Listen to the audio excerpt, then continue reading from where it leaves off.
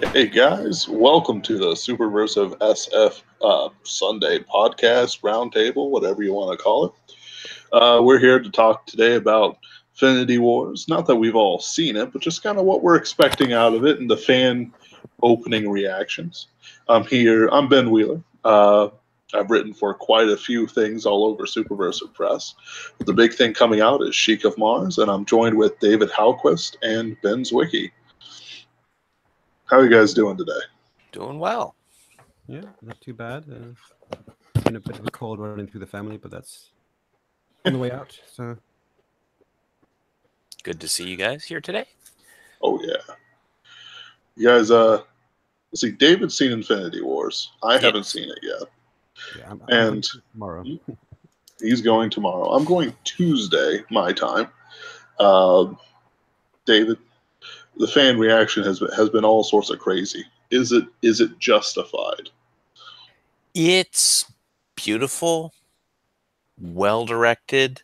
Sometimes it gets a little bit chaotic because of so many things that they're cramming into it, but it manages to organize that kind of thing and complexity better than most directors and movies I've seen. It actually delivers lots of Avengers and Guardians of the Galaxy action all at the same time, along with an interesting take on Thanos that I will not describe because I'm not trying to spoil the story. I will say, if you're any kind of fan of the Avengers movies, the first three-fourths of it is probably going to be fantastic. What they do at the end, I'm not going to spoil, but that's probably what's causing most of the controversy. What do you think about it, Ben Zwicky? Well, I've been trying to avoid spoilers until now, so we've been looking forward to it. My boys are really looking forward to it, so we will certainly give our feedback once we've seen it and enough time has passed that spoilers are not so much of a concern. Then they'll be free to discuss things. But I think the Captain America versions of the Avengers stories have been very strong. Like Captain America Civil War and Winter Soldier with is it the same directors as did those two doing Infinity War? Or is it? It's the Russo brothers, I think. I think that's what their name is. Those are the same guys who did Civil War. I'm not sure. I'm not so much a fan of directors and stuff like that as I am a fan of movies, but I do love a good Zack Snyder film. It's a pity there hasn't been one in a long time. I will say what they decided to do with the direction of it was enough to leave me mixed on my feelings at the end of it. But Okay. there's lots of good stuff in there, but I can't wholeheartedly endorse it the way I could say like the first Avengers movie or Civil War or a bunch of other ones that were just like altogether fantastic. And this is there's some issues, but they're ones unfortunately I can't discuss without ruining plot in the worst possible way. Okay. So is it like part one of a two-part film, or is it? I Stand alone? believe so. Yeah, it's there's Infinity War 1, which is this year, and I think next year is 2. And like I think this is just internet like hubbub, but like someone was talking about, yeah, Infinity Wars 3, and I'm like, what's Infinity Wars 3? And they're like, oh yeah, they got to do like a third one after the first one. And I'm like, but there's a second one. It's one of those things. It's like I think it's just rumor mongering, but yeah, there's two definitely. Okay. I think my computer's crashing. Oh boy, just Oh no, it was just a false alarm. My Peter screen has a cold. went black for a second. I should shut down my video editing program because everything else go really slow. Yeah, I'm sort of I'm looking forward to it in a way. Like I don't watch nearly as many movies as I used to. I don't watch as many much anything as I used to. Just as sort of the culture and all this stuff like evolves more and more, and it's like I can tolerate less and less and less. And now it's like Infinity Wars, that last 15 minutes We're or getting whatever. old. No, David, why? How could this have happened? It's clearly, I have to transfer my consciousness to a young clone before too long. Someone nice and pink or something, fresh from the tubes. Um, Oh, well, David could tell you a few cautionary tales about that. I might have a story or two like that. oh yeah, I still remember that getting stuck in between. It's like, oh. Though I do like that. That's why with the current story I'm writing, Jasper's Silver, Escape from Earth, I'm very careful to make sure that there's no like storage place where his soul could still be lingering or whatever. Nope, it's Jasper's here, it's Jasper's there. Direct link combat, no questions about whether he's the real one. I'm hoping. Not till I introduce the evil twin, of course. But that's like book 10. Way down there. Let's see. I think the thing is that like when we saw episode 8, and we're by the way we're going to talk about Star Wars, and this is as good a bridge on. This is just the prototype podcast roundtable that we're afflicting with all our fans, where like whatever the reaction is, some people don't like it, some people like it. Almost nobody talks about it like they talk about episode 8. Star Wars episode 8, The Last Jedi. A lot of people are sort of like, even now, still kind of angry about it, or at least sort of in despair about it. They don't like seeing it. You know, I just like Wisecrack released a video about Star Wars, you know, what went wrong with it. And basically they said that it was philosophically flip-floppy. Like if you want a too long didn't read version. And so it doesn't feel like the same sort of reaction to Infinity Wars as they did to The Last Jedi. Like I was talking about this earlier. Like let's say that Thanos blows up the world or whatever. You know, I don't think it'll be that, but like whatever vehicle, everyone dies. There's time travel.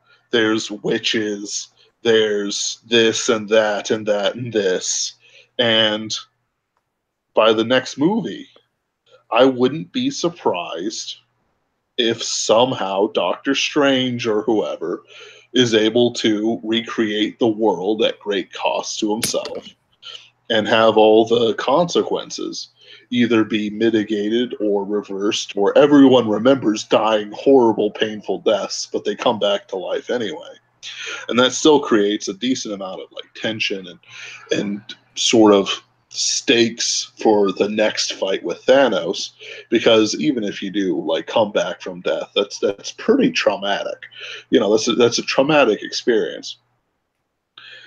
You know, it still can have all these characters and stuff like that, still have these new characters come in.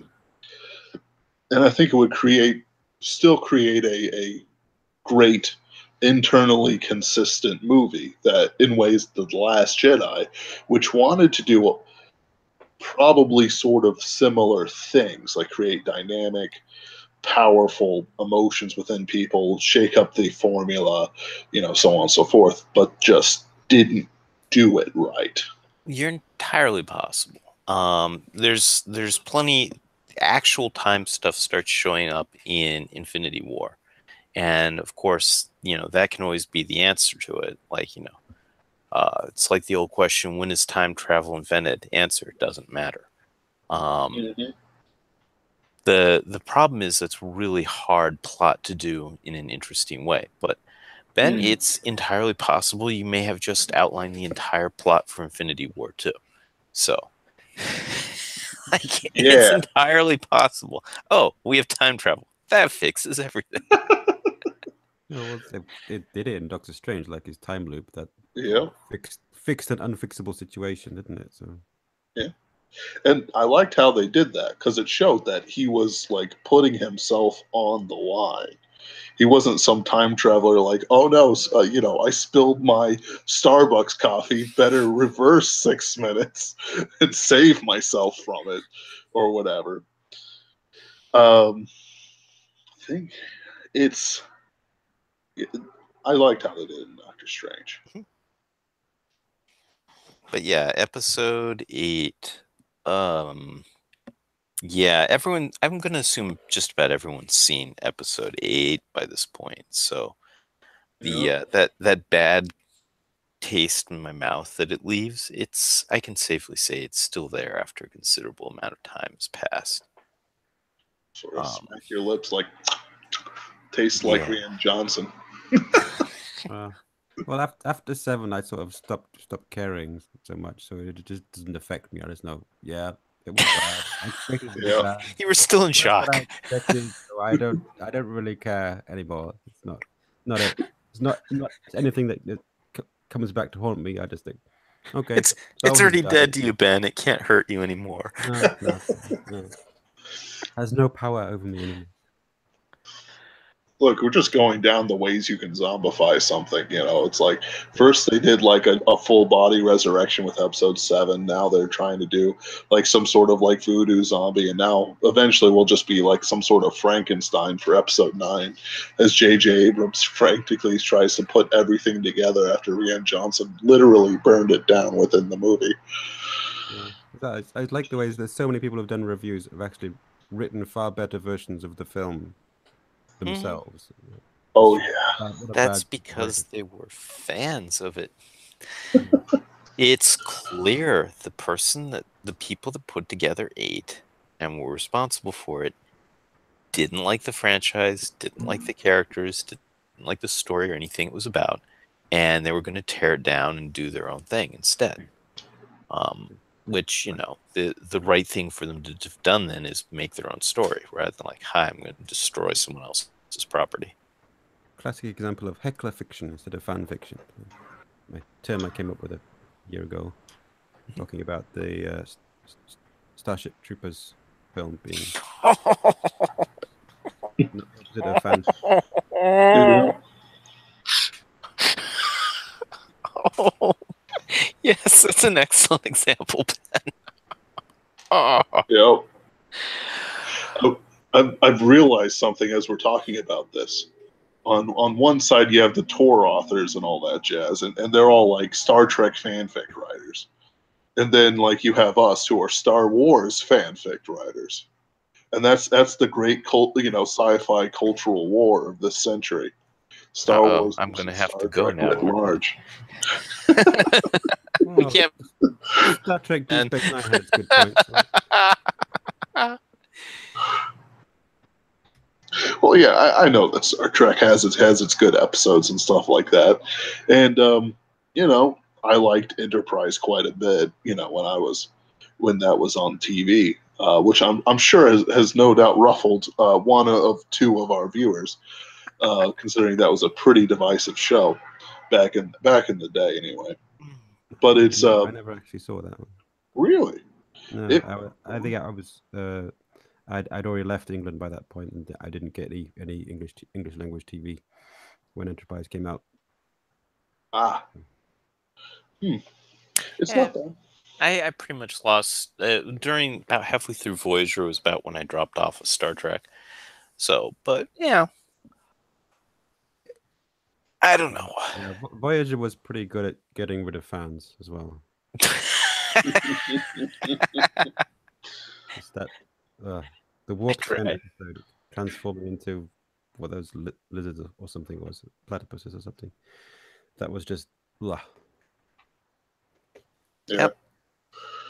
I never saw Voyager. I tried, like, people say that, like, the first season of the Next Generation or whatever is like the worst one, and then it gets better. But it's like the first season was just so bad. I couldn't stand it. I hated so much. Oh, I had to find Next Generation on reruns later.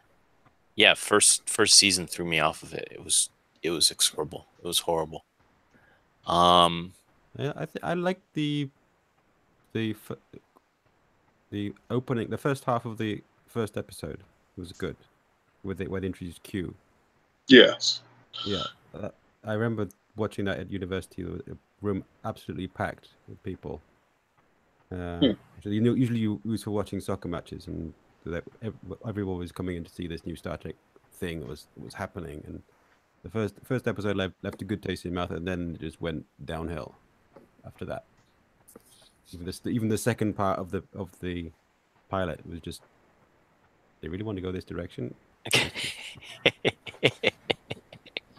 just wasted so Right. much potential. It was disappointing.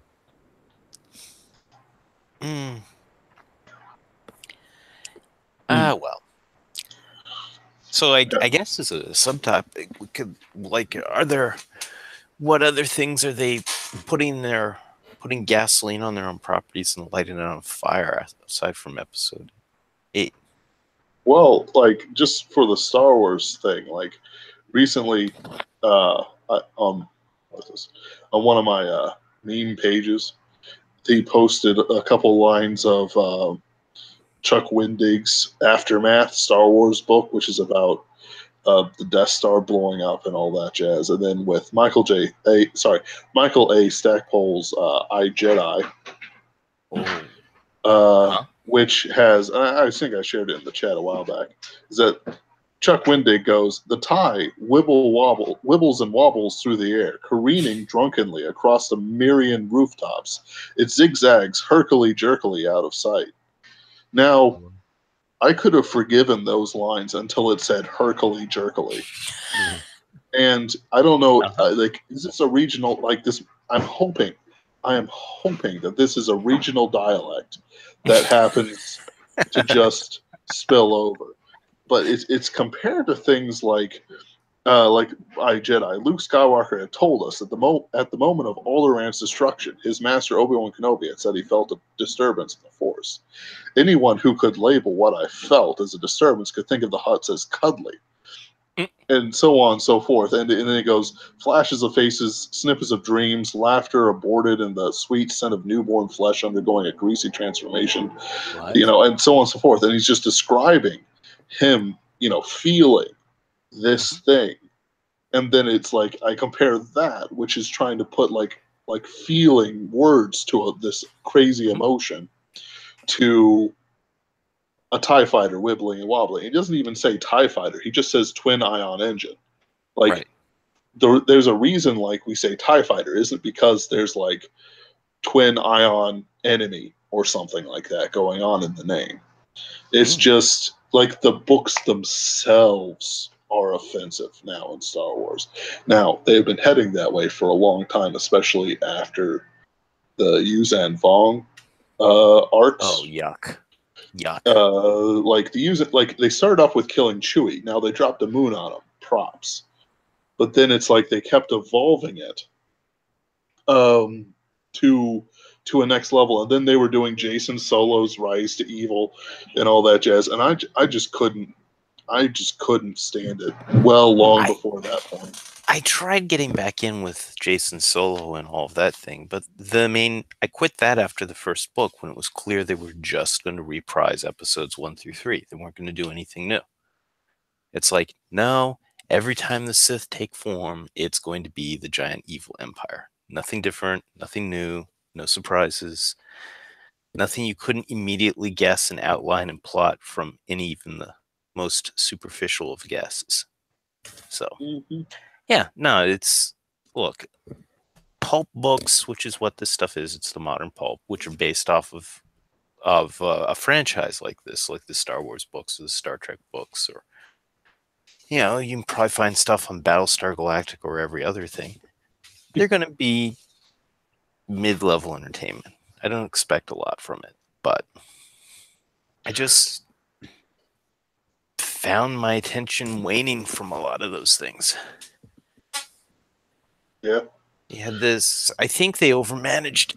You had this big, beautiful, complex, intricate world where you could do all kinds of things interesting in it, and nobody does.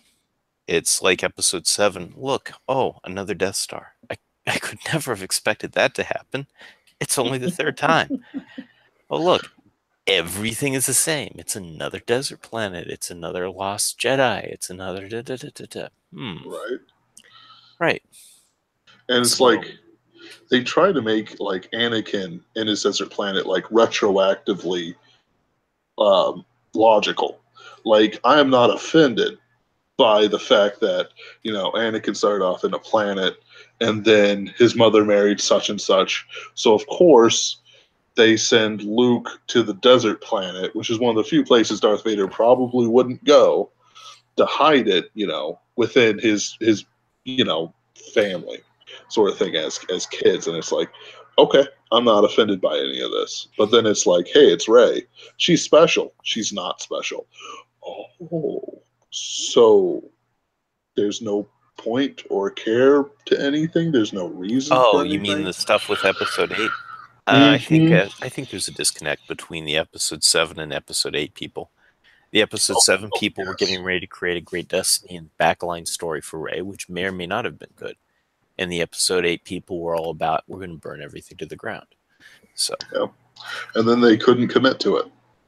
Like, just like, I'm not super against like all super subversive stuff like that. It's just that the second they blink, I'm lost. I'm out. I can't do it. Like, I've got a book that's a guilty pleasure of mine called The Dragon Never Sleeps. The guy doesn't blink throughout the entire story. And I just enjoy it. And it's got all it's by no means superversive at all. But at the same time, the guy commits to it the entire way down. And then then there's other things that flip flop, and it's like, I hate you more for the flip flopping than I do for you trying to tear down what I love. if you're going to be a supervillain, at least be a great supervillain. Be a committed supervillain. Don't be like, hey man, I'm evil today, but I could be good tomorrow. What's your thought on all this stuff, Ben? Well, it's good to see like consistency and like following through with the costs of choices people make, like constantly flipping back and forth, trying to have it both ways. That just makes for a bland experience, and just you're building up people's hopes for something epic, and then nothing happens. So you're basically just betraying your audience, and they're not gonna trust you again when you try to build up to something. Where they're just gonna think, oh, nothing's gonna come of it again. Why bother? Yep. And then it's like, oh, why is this franchise that we bought for billions and billions of dollars failing? And everyone seems to hate it. Maybe if you came down from your ivory towers, it'd be nice. Yep, you got to have a payoff. No matter what's building up, there's got to be some payoff. Even if it's a subversive payoff, it's got to actually pay off in some way that's surprising in some ways and unexpected in other ways. Yeah, it's fascinating. It's like they spent all this money to get this property, and then when they get it, they don't know what to do with it properly. Like Episode 7 was mismanaged and clumsy and all of this. It was beautifully like it's sort of like the Prometheus of Star Wars. It's visually gorgeous and yet inept. Like they didn't quite know what they were doing with it. And so what they did is they copied a lot of what went before. And in Episode 8, they decided to like pour gasoline on it, light it on fire. Now, I would just so you know, I wouldn't compare to Alien Covenant to Episode 8. Like, Alien Covenant committed. Like, I am a fan of Prometheus and the new Alien movies. Like, unironically, I think they're good.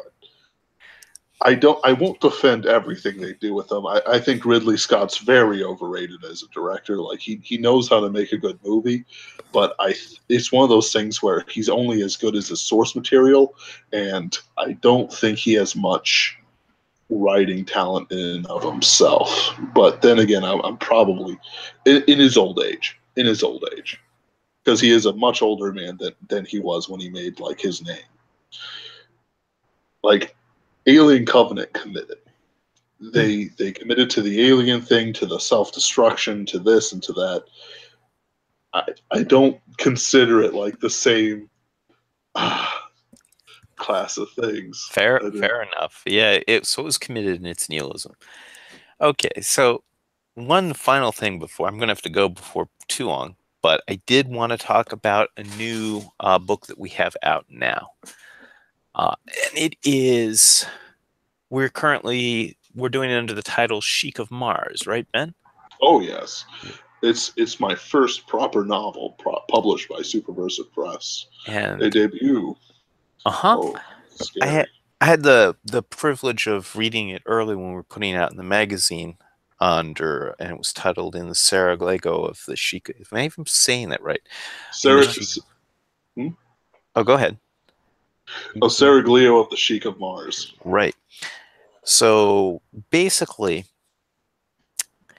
my original imprint as I was reading this, and the discussion groups with the other editors and staff, and I say, so who wrote this completely insane thing about motorcycles and sword fights on Mars? And it's absolutely left an impression on me. It's fantastic. You've got motorcycles and sword fights and palaces on Mars and evil computer volcano genie, which is Hey, what he's you not see on the evil. cover. He's good. He's He's interesting. a good guy, really. I mean, he ends the up new doing the right technology, you thing. don't know Sort what of. to It's expect just from him. But it's hard to trust potentially malevolent superintelligences that on that scale. Maybe it's just me. I mean, yeah, sure. If he thought that the guy was a threat to Mars, he probably would have squished him like a bug, and then absorbed his body into the nanotechnology. But when you're lonely and you're stuck under a volcano for 500 years, make friends more easily. Yeah. Anyway, Yep. Sheik of Mars brings you swashbuckling action on the red sands of a terraformed Mars in the far distant future. Yep. As heroism, adventure, romance, high action, Spectacular scenery. Hmm? Spectacular scenery as well. Yeah. Settings. It would have been not nearly as good. Like when you want to do what I kind of want to do, which is resurrect some old stuff like Gothic and without vampires. No vampires in my Gothic novels, please. And like Arabian Nights and stuff like that, you have to like dedicate yourself to describing things and make sure that like the reader's like over his shoulders, like he looks over there. Hey, it's a harem. There's all kinds of sexy women over there. Looks over there. Oh, there's more. I'm gonna look at the ceiling and it's like, oh, that's what they painted on the ceilings. Yep. Looks down. It is crazy Arabian Nights on Mars with motorcycles and AIs and every other thing. It's totally nuts. Oh yeah. And it's fantastic. So if you're looking for something where the hero comes in swinging on the chandelier, swashbuckling his way through evil courtiers on the way, all to save his true love, you got it right there. Oh yeah. That's as true a description as anything else.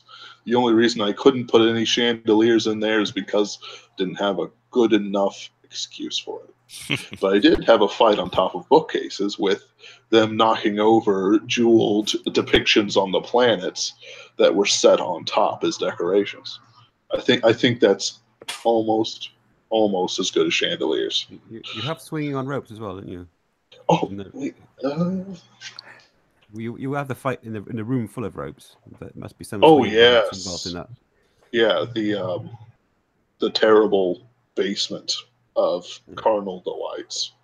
And Deathly Delights. It's it's like one of those things where like you do the hero's journey and it's like, oh, he's empowered now and he's just made it through hell. And it's like, nope, still a little hell to climb back up in before the real good stuff starts happening.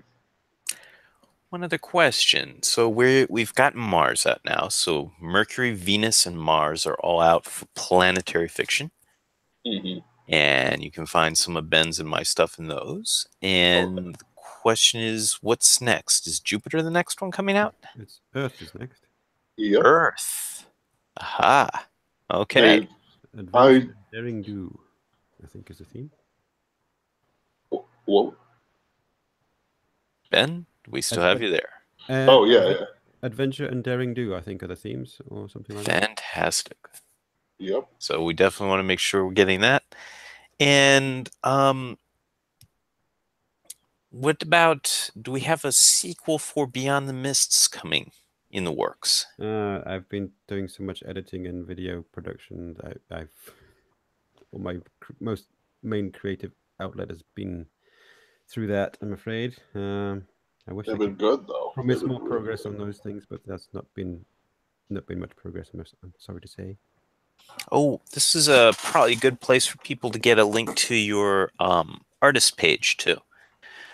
'Cause a lot of our fantastic video edits, musical numbers, and other things are courtesy of Ben here. So Yeah, we could put that up, and yeah. other people could see the kind of work that he's putting together for everyone. There Okay. we go.